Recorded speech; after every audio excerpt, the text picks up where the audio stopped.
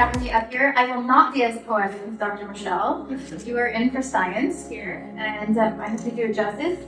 But I'm really excited to talk to you about this today. So my journey, I'm just going to share a little bit about who I am. And I used to have some autoimmune conditions that I was diagnosed with. And when I received that diagnosis, I remember just feeling like this isn't right. If this can happen to me, I can somehow unwind it. So I used to have some thyroid issues. I would say medically diagnosed with Hashimoto, early onset lupus, and fibromyalgia, as well as unexplained infertility. I don't necessarily believe that any of those were real in my body, but I was able to clinically reverse all of them. And then I went deep into the work of regenerative health. I've been a clinician for the last 8.5 years, and now I own the Institute of Regenerative Health, where I train practitioners globally. So my passion is to share with you some of the wisdom that resonated with me to teach how you can be empowered to repair your body. And so, as much as Taryn was saying supplements, I actually don't supplement per se, but really work at root cause. Regenerative health is really all about allowing the body, I'm gonna fall like Taryn, allowing the body to repair itself. So we believe in terrain theory, and the environment that surrounds your cells is what is creating how the cell functions, whether you manifest in a disease state or you actually have complete health. And genetics, I would say genetics loads the gun, but lifestyle pulls the trigger. So less than 5% of what we have for disease is actually created by our genetics, which is against popular belief. Most people believe that, oh, it's genetic, my grandpa had it, it's genetic. And that to me is such a cop-out, right? We are responsible for our wellness, and we have such an amazing tool that Nina has brought to us, and I'll be discussing that in just a bit. So we're focused on getting to the root cause of the imbalance, so not putting a band-aid on it and cleaning up the terrain that's surrounding the cells. Moving on, is the human body is composed of approximately 75 plus trillion cells, as science currently states. We could all be wrong, right? But there's two major fluids. We have many fluids in the body, but two major fluids that regulate the body is the blood and the lymphatic system. So the blood feeds all of your glands and your organs. It's essentially the kitchen of the body. And the lymphatic system cleans all of the glands and the organs. This is the bathroom. I always say, this is why you wouldn't poop in your kitchen. We're actually about 99% water, because everything you see, your hair, your skin, your organs, everything is comprised of cells. And those cells have over 99% water. Therefore, we are essentially 99% water, which is incredibly powerful to know and how important it is. So I believe in multiple sources of water. One, drinking water, but also eating water, right? Eating things that are living, that have structured water. Plants structure water, and so also eating a water-rich diet as well. Water plays several crucial roles in the body, and these I think are important. So it transports nutrients and oxygen within the cells. Like, this is actually water's job. And it's a major component in blood being able to actually carry nutrients. But it also is removing waste from the body. So if you're dehydrated, think about when something dries out, gets dry or cracked, right? There's no flow. If we're dehydrated in the body, there is no flow. And the lymph system can't move, the body can't get rid of extracellular waste or intracellular waste, and therefore we start to accumulate toxins inside the blood system. And I always say the issues are in the tissues, right? I don't care if you eat McDonald's for a living, I do, but if you're eating McDonald's but you're drinking hydrogen water, you're at least doing better than the person that's not, right? You're creating more flow in the body. When we don't have proper water intake, our cells don't receive the essential nutrients. Our water also protects our vital organs. It is the hydration in your skin, it is the hydration in between everything, and it's extremely important. Like vitamins, minerals, and sugars, actually, when we don't have proper vitamins, minerals, and sugars, it leads to cell death, or what we would call a form of apoptosis. So when we are without these things, we actually start to see cellular decline, aka aging, right? So when we say, oh my gosh, I'm all of a sudden aging, usually that's related to oxidative stress, and I'm going to get into that in a moment. Water is super essential for all the transports of these nutrients within the body. Okay, so the regenerative health view, which is my view, and I think Nuno and I share a lot of the same views in this, is that our bodies are naturally designed to detoxify. Now, I'm going to talk to you just for a moment about ROS, reactive oxygen species.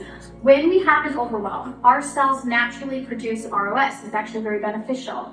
Reactive oxygen species and oxidative stress essentially begin the process of cellular decline, the process of advanced cellular aging, And they are what contributes to all pathogenesis of illness. So I hear all the time, oh my gosh, my mom got diagnosed with this, we don't know what would cause it. I do, this, right? This is what causes it. Imbalance, dehydration, too much biochemical acidosis, and lack of water in the body. Our kidneys are our main elimination pathway. So what you bring in must flow out through the kidneys and the urine. So we talk a lot about kidney filtration and regenerative health. The bowels, the liver, and the skin are actually your main elimination organs. So this is a big piece that you want to kind of grab onto. All of those obviously need hydration. So when the terrain becomes overwhelmed, we basically have mitochondrial declines. Mitochondria is the engine of the cell. It's what provides energy to your body. It's what provides what's called ATP, adenosine triphosphate.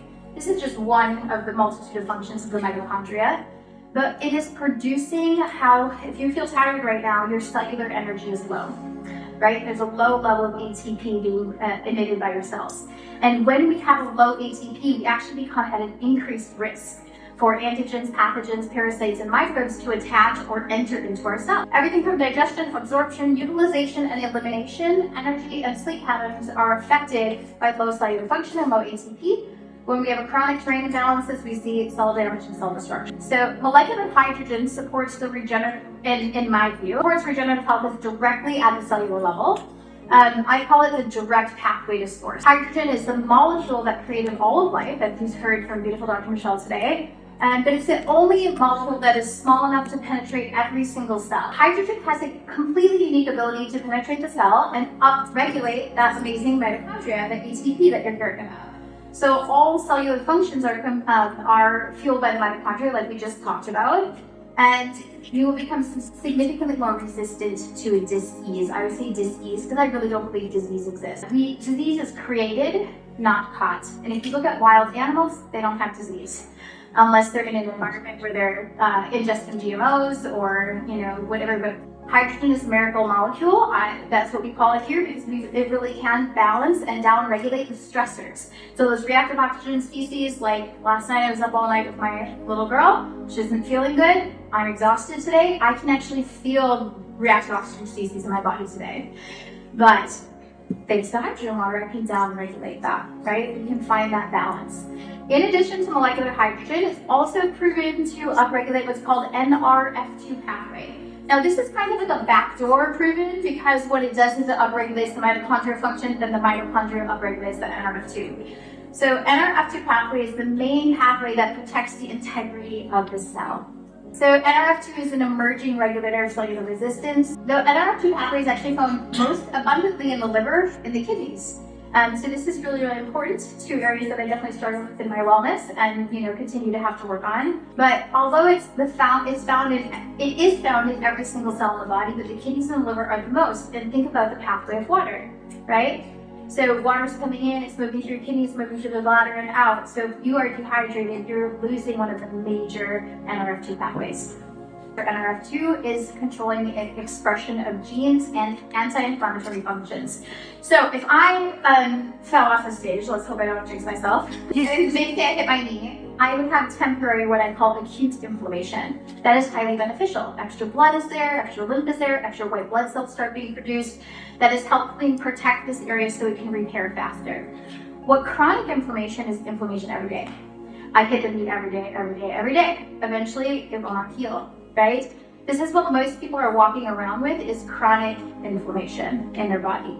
And so chronic inflammation leads to disease. It's the first phase, essentially. So the most powerful part of molecular hydrogen is its ability to awaken our inner wisdom and return us to our most natural and balanced state. The blood needs to be, every single person, we need to stay between 7.35 and 7.45. This cannot vary or you will experience death. So that is how critical it is. So let's look at this little diagram for a moment. Your saliva is alkaline. It's actually quite alkaline. 6.4, close to alkaline. 6.5 is slightly acidic. 7 is considered neutral. 7.5 is considered quote unquote alkaline. Anything above 7 on the biochemical view is considered to be alkaline. So your saliva in your mouth, if your mouth is acidic, you're in the first stage of a very large decline. Any dentist will tell you this as well. If you have an acid pH or dry mouth, you're in trouble, okay?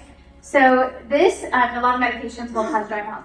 Your saliva has something called pidolin. It breaks down glucose, fructose, galactose, as well as because when we're looking at black school, get mom's milk sugar. And so infants under 2 to 3 years of life can still break it down. Now, after we chew our food, so chewing is very important. You're not just making your food smaller pieces. You are actually breaking it down enzymatically. So this is why people say chew your food 15 to 30 times to actually do that.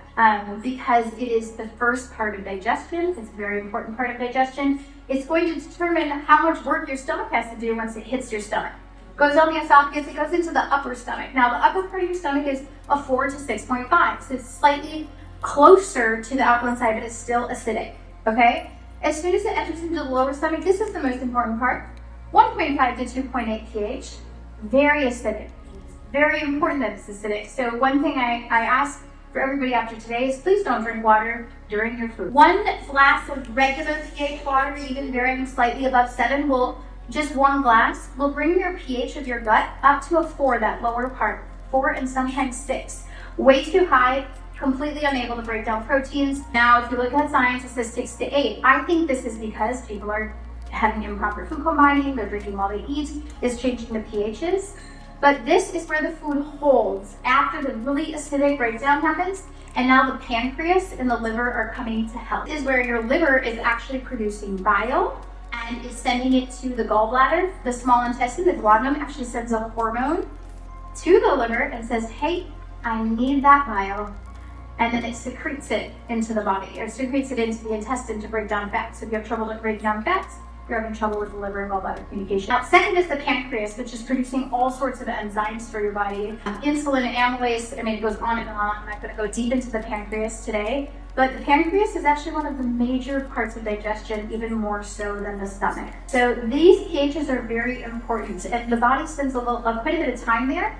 Then it enters into the first part of the small intestines, or second part, so you go to duodenum to ileum, and then jejunum and beyond. But the small intestine starts to go really a 4 pH when that food enters. It can again go up to 7, but generally speaking, we should see it more at a 4. This is the completion of breakdown. There's thousands of little microvilli, like tentacles, that are actually absorbing your nutrients. That's their job. So if you have a lot of buildup in the body, or dehydration, or constipation, do you think those microvilli can work very well? They cannot. So again, hydration is here for the win. And then the large intestine starts to absorb anything left. Did any minerals or hydration or water in food not get absorbed? This is the large intestine's job. Every time I see a post of like 11.5 pH, part of my heart falls out of my body. I'm like, stop doing that. Right? Stop doing that. Stop feeding your children that. Right? Reverse osmosis and distilled are also waters that I don't recommend. It's very difficult in the natural health world. You may have heard for years distilled water is the best because it's the cleanest, right? It is clean, this is true, but it is no longer water. It is dead. It is not living, and we need life in our body. And here's why. Distilled water is heated to extremely high heat until it essentially turns into a vapor and then put back into a liquid. So you're dealing with a completely biochemical molecular structure change. All the minerals are gone. All the living components of the water is gone. So it's not like, oh, I'm just going to drop some minerals in here. It doesn't work. It doesn't reconstruct like that. So water is essentially the best. It is natural. It is living. It is considered to be structured, but it has like minerals in it. Now, or purified water. Now, Nuno, I'm going to let you say some justice to this when you come up later, but we're recommending just, if you're drinking from a tap, you need to get a filter. And I dropped a filter off that we're testing to just see a very affordable thing for everybody to just run your tap water right through this filter and then put it in your bottle, so that we are not contributing to a lot of waste. And we also don't want to be contributing to having you spend thousands of dollars on a water purifier because we think it's unnecessary. So these are the basically water ratios in the bottle. So before we pour it into the bottle, this is Nuno's recommended. TDS is what's called total dissolved solvents. When you're drinking bubbly water, look at the back of that bottle.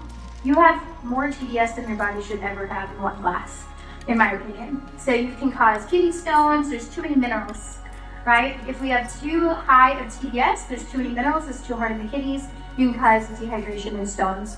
So 20 to 50 is Nuno's preferred ratio, which I did not know it was that low before, so thank you for your wisdom. And then after our process, so after we run this through the bottle, the new bottle that you will have, The pH actually stays exactly the same, which no one has been able to do. Again, defying science. And this is part of this is because he has the bottle at such a low voltage of 1.8, which I actually love because we're not like electrocuting the water. It's very subtle. I mean, electricity is very important. So the electricity and the water are working together. However, the voltage is so low, pH, what you put in is what you get out for pH. It does not alter, unlike other processes that create 9.5, 10.5, 11.5 and beyond. The ORP is the oxidation reduction potential. This is extremely important. We talked about reductants and oxidants, okay? How much can that solution reduce any oxidants that are present? So the ratio that Nuno recommends is between -600 and -400 after the process of electrolysis. This is what our bottle does. So this has been tested, this one, and then the RH2 is lower than 8. So this essentially measures the number of electrons in the water. So if you have too many protons, every atom has protons, neutrons, electrons, right? If we're proton dominant, in the biochemical field would be considered acid dominant. In Nuno's view, that means we're very magnetic. And then in the electrical view, if you have very low electrons, you're going to have very low electricity. It's the electric potential of the body. So we need to have a beautiful balance. We need to be able to have the electrons to basically essentially balance out the protons. So this is the magic number that Nuno sees from the way that he sees the world. And then this is from Dr. Michelle, but also Nuno. It's 1.2 to 1.4 parts per million is the average for the 6-minute cycle on our new bottle, but it's still being tested.